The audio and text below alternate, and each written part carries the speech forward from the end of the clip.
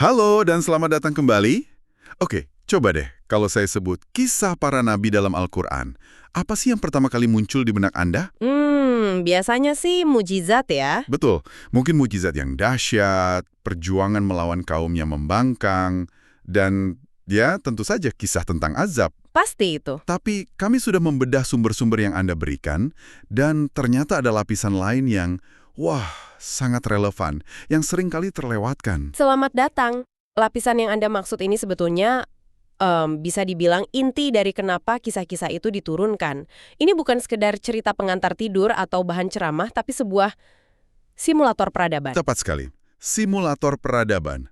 Jadi misi kita dalam pembahasan kali ini adalah membongkar kisah-kisah ini sebagai cetak biru, sebuah blueprint untuk keunggulan profesional, tata kelola negara, bahkan inovasi teknologi dan manajemen krisis. Betul. Pernahkah Anda membayangkan, misalnya, CV Nabi Yusuf itu sebagai standar rekrutmen modern? Atau rapat kabinet Ratu Balkis sebagai masterclass diplomasi? Mari kita selami lebih dalam. Yang menarik adalah betapa Al-Quran menyajikan prinsip-prinsip ini bukan dalam bentuk daftar perintah yang kaku, tapi lewat studi kasus yang sangat dinamis. Setiap kisah Nabi itu kan sebuah simulasi. Gini loh, ini hasilnya kalau prinsip A dijalankan, dan ini bencananya kalau prinsip B dilanggar. Jadi pelajarannya sangat aplikatif untuk dunia kita sekarang. Oke, mari kita bongkar ini. Kita mulai dari fondasi paling dasar dari peradaban manapun. Manusianya, sumber daya manusia. SDM ya? Bagaimana Al-Quran menetapkan standar untuk seorang profesional? Contoh paling tajam ya, ada pada kisah Nabi Yusuf. Momen saat beliau mengajukan diri untuk posisi yang sangat strategis di Mesir. Beliau itu nggak cuma berdoa loh, tapi melakukan pitching. Presentasi diri. Betul. Ini esensinya ada di surat Yusuf ayat 55. Qala ij'alni ala khazainil ard inni hafidhun alim. Yusuf berkata, jadikanlah aku bendahara negeri. Sesungguhnya aku adalah orang yang hafidh, pandai menjaga, lagi alim, berpengetahuan. Dua kata ini kuncinya, hafidh dan alim. Ini kan standar rekrutmen yang modern banget ya, super lengkap. Hafidh itu bukan sekadar penjaga, tapi integritas, amanah, akuntabilitas. Karakter yang kokoh, ini pilar moralnya. Sementara alim, nah ini pilar kompetensinya. Ini tentang penguasaan ilmu, keahlian teknis, kapabilitas profesional di bidangnya. Kalau kasus Yusuf ya bidangnya manajemen ekonomi, logistik, agrikultur. Cepat, sering ada godaan buat merekrut rockstar yang jenius, alimnya luar biasa. Tapi karakternya, integritasnya, ya dipertanyakan. Sering terjadi. Di sisi lain, ada kandidat yang super jujur, super amanah, hafiznya kelas 1. Tapi, kemampuannya mungkin biasa aja. Gimana kerangka hafiz dan alim ini membantu kita menavigasi dilema itu? Apa salah satunya harus jadi prioritas? Pertanyaan yang sangat krusial. Al-Quran lewat kisah ini nggak menyajikannya sebagai pilihan, tapi sebagai satu paket utuh. Keduanya syarat mutlak. Satu paket ya? Kenapa? Karena satu tanpa yang lain itu adalah sebuah liabilitas. Orang yang sangat hafiz tapi nggak alim akan bikin rugi karena ketidakmampuannya, karena kesalahan teknis. Sebaliknya, yang lebih bahaya, orang yang sangat alim tapi nggak hafiz. Wah itu. Karena kesengajaannya, karena penyalahgunaan wewenang. Jadi pelajaran baiknya adalah mencari integrasi keduanya. Pelajaran buruknya, yang tersirat, adalah kehancuran yang menanti kalau kita kompromi pada salah satunya. Dan pola yang sama ini muncul lagi kan? Di kisah yang beda, konteksnya beda. Kita lihat di kisah Nabi Musa. Ada momen saat salah satu putri Nabi Syuaib merekomendasikan Musa untuk dipekerjakan. Betul. Referensinya itu singkat, padat, langsung ke inti. Ini dari surat Al-Qasas ayat 26. Inna khaira man ista'jartal qawiyul amin.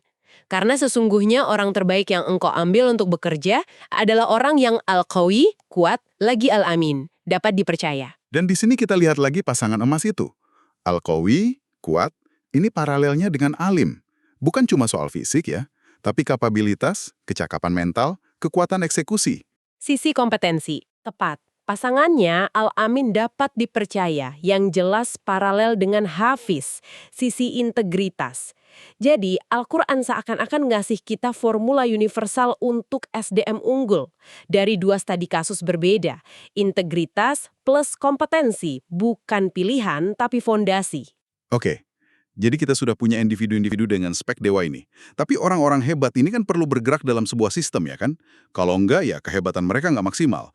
Nah, gimana Al-Quran bicara soal pembangunan sistemnya? Misalnya dalam konteks negara atau pemerintahan. Disinilah kita tindah dari level mikro, individu, ke level makro, tata kelola. Dan panduannya sangat eksplisit diberikan ke Nabi Daud, yang bukan cuma nabi, tapi juga seorang raja. Benar. Dalam surat Sad ayat 26, Allah berfirman, Ya Dawudu inna ja'alnaka khalifatan fil ardi, fahkum bainan nasi bil haqqi wala tattabi'il hawa. Hai Daud, sesungguhnya kami menjadikan kamu khalifah di muka bumi, maka berilah keputusan di antara manusia dengan al-haq, kebenaran keadilan, dan janganlah kamu mengikuti hawa nafsu. Dua perintah yang saling mengunci. Tegakkan kebenaran dan jangan ikuti hawa nafsu. Sederhana tapi dalam banget. Sangat dalam. Perintah untuk berhukum dengan al-haq itu menegaskan bahwa kekuasaan bukan hak milik pribadi, tapi amanah untuk menegakkan keadilan universal. Pelajaran baiknya di situ. Lalu ada peringatan kerasnya, wala tattabi'il hawa. Jangan ikuti hawa nafsu. Itu musuh terbesar setiap pemimpin. Hawa nafsu itu bisa berupa memperkaya diri, favoritisme ke keluarga atau kroni, atau arogansi kekuasaan. Pelajaran buruknya jelas banget di sini.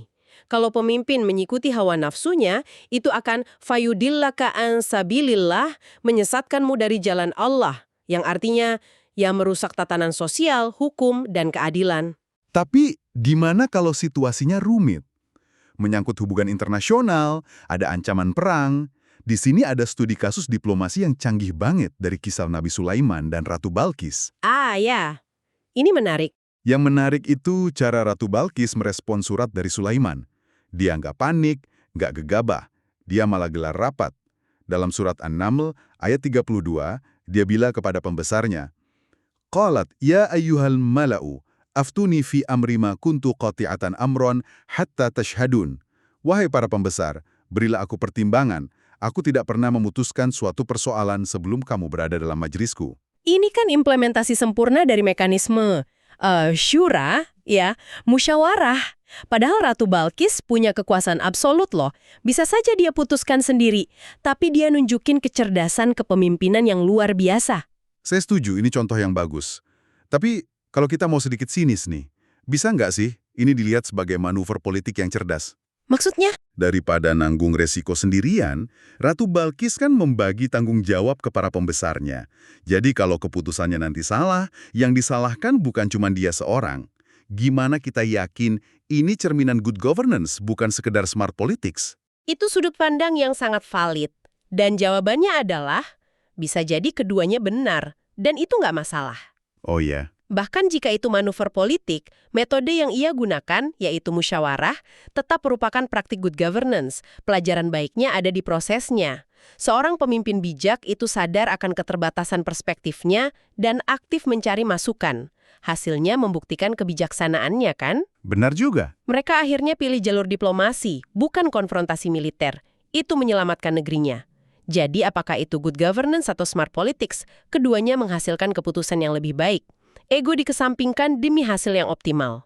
Nah, soal teknologi ini, terus terang ini salah satu bagian yang paling membuka mata saya. Saya selalu baca ayat tentang Nabi Daud dan baju besi itu, dan bayanginnya kayak mukjizat instan, kayak sihir. Tapi kata kuncinya di surat Al-Anbiya ayat 80 adalah, وَعَلَّمْنَاهُ صَنْعَةَ لَبُسٍ لَكُمْ. Dan telah kami ajarkan kepadanya cara membuat. Tepat. Son'ata, cara membuat. Frasa mengajarkan cara membuat ini mengubah segalanya loh. Ini bukan sulap. Ini kan berarti transfer teknologi. Tepat sekali. Ini menyeratkan adanya proses. Ada R&D, ada skill manufaktur yang terlibat. Allah memang memberikan mujizat kemampuan melunakkan besi, tapi Nabi Daud harus memprosesnya jadi produk. Harus ada kerjanya. Betul. Dan perhatikan tujuannya. Lituhsinakum mim ba'sikum, guna memelihara kamu dalam peperanganmu. Teknologi ini tujuannya sangat jelas dan mulia. Proteksi, pertahanan, melindungi nyawa manusia. Jadi, pelajaran baiknya di sini adalah inovasi teknologi itu harusnya didorong oleh kebutuhan nyata untuk menyejahterakan manusia, bukan buat pamer. Dan putranya, Nabi Sulaiman, kayaknya ngambil kurikulum ayahnya itu dan membawanya ke level S3. Kalau Daud itu ahli metalurgi, Sulaiman ini seorang master engineer dan manajer proyek skala raksasa. Skalanya luar biasa. Al-Quran mendeskripsikan proyek-proyek konstruksi yang megah banget. Di surat Saba, ayat 13 digambarkan, Ya'maluna lahu may yasha'u mim mahariba wa tamathila wa jifanin kal jawabi wa qudurir rasiyat. Para jin itu membuat untuk Sulaiman apa yang dikehendakinya, dari gedung-gedung yang tinggi, patung-patung, piring-piring sebesar kolam, dan periuk yang tetap. Coba deh kita bayangin skalanya. Gedung-gedung yang tinggi, piring sebesar kolam, periuk yang nggak bisa dipindah. Ini bukan cuma deskripsi kemewahan. Ini deskripsi pencapaian rekayasa sipil, arsitektur, dan sains material yang sangat maju. Benar.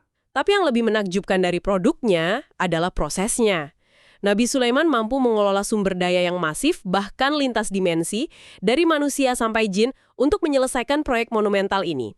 Ini pelajaran tentang visi besar dan manajemen proyek yang kompleks. Oke, kita sudah punya SDM super, pemerintahan yang adil, dan teknologi canggih. Semua ini kan pilar untuk membangun satu hal krusial, stabilitas dan kemakmuran ekonomi. Dan di sini, Al-Quran juga kasih kita studi kasus yang mendalam soal manajemen krisis. Tentu kita balik lagi ke Nabi Yusuf. Dan ketahanan nasional. Strategi beliau menyimpan hasil panen selama 7 tahun masa subur untuk menghadapi 7 tahun masa paceklik itu jauh lebih dari sekadar menimbun gandum. Jauh lebih kompleks ya. Itu perencanaan ekonomi jangka panjang yang brilian. Beliau melakukan foresight, memprediksi siklus ekonomi, lalu merancang dan mengeksekusi solusi konkret untuk mitigasi risiko. Jadi ini bukan sekedar tafsir mimpi, ini strategic foresight. Tepat, pelajaran baiknya adalah negara yang kuat itu negara yang punya rencana untuk hadapi siklus, baik siklus baik maupun buruk. Nggak boros di masa jaya, nggak panik di masa sulit. Pelajaran buruknya yang dialami negeri-negeri sekitar Mesir waktu itu, ya kekacauan, kelaparan, krisis sosial, akibat dari hidup tanpa perencanaan jangka panjang. Itu kan krisis dari alam ya, paceklik. Tapi ada jenis krisis lain yang mungkin lebih bahaya. Krisis yang diciptakan manusia sendiri, yang merusak pasar dari dalam. Disinilah misi Nabi Syuaib jadi sangat relevan. Benar sekali. Kalau Yusuf menangani krisis supply, Syuaib menangani krisis integritas. Beliau diutus kepada kaum Madian yang praktik bisnisnya korup. Dakwah utamanya terangkum di surat Hud, ayat 85. Auful mikyala wal mizana bil qisti, wala tabkhasun nasa asya'ahum, wala ta'thaw fil ardi mufsidin. Yang artinya, Sempurnakanlah takaran dan timbangan dengan adil, janganlah kamu merugikan manusia terhadap hak-hak mereka, dan janganlah kamu berbuat kejahatan di muka bumi dengan membuat kerusakan. ini kayak seruan reformasi total OJK dan Kementerian Perdagangan pada masanya. Bisa dibilang begitu. Nabi Syuaib menyerah akar dari kerusakan ekonomi mereka. Kecurangan sistemik, mengurangi takaran dan timbangan, itu kan bentuk korupsi paling dasar. Pesannya fundamental banget. Ekonomi nggak akan pernah bisa makmur kalau nggak dibangun di atas kejujuran. Fondasinya harus jujur. Tanpa integritas pasar, yang terjadi ya ketidakadilan, eksploitasi, dan akhirnya kehancuran sosial. Di sini pelajaran baik dan buruknya disajikan satu paket. Pelajaran baik dari dakwah Nabi Syuaib adalah pentingnya keadilan ekonomi. Pelajaran buruk dari kaumnya adalah azab dan kehancuran total. Konsekuensi logis dari sistem yang dibangun di atas keserakahan. Jadi setelah kita bedah bersama, jelas banget ya, kisah-kisah para nabi ini bukan sekedar dongeng atau narasi tentang hukuman. Ini sebuah perpustakaan studi kasus. Di dalamnya ada panduan praktis, cara merekrut talenta terbaik, cara memimpin dengan adil, berinovasi, dan mengelola ekonomi. Sebuah simulator peradaban, seperti yang Anda bilang di awal. Tepat sekali. Dari CV seorang manajer sampai kebijakan ekonomi seorang raja, prinsipnya terbentang dengan jelas. Tapi ini semua membawa kita pada satu pertanyaan penutup yang mungkin perlu Anda renungkan secara pribadi. Silakan. Kita sudah lihat bagaimana prinsip-prinsip ini idealnya bekerja. Tapi dunia nyatakan penuh kompromi dan dilema.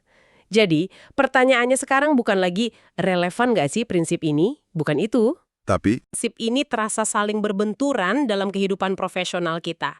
Saat tuntutan kompetensi, alim, seolah menggoda kita untuk sedikit mengabaikan integritas, hafiz, atau saat kepentingan pribadi, hawa nafsu, membisikkan 1000 justifikasi untuk sedikit membengkokkan kebenaran al-haq, disitulah ujian sesungguhnya bagi kita. Bukan cuma sebagai profesional, tapi sebagai manusia.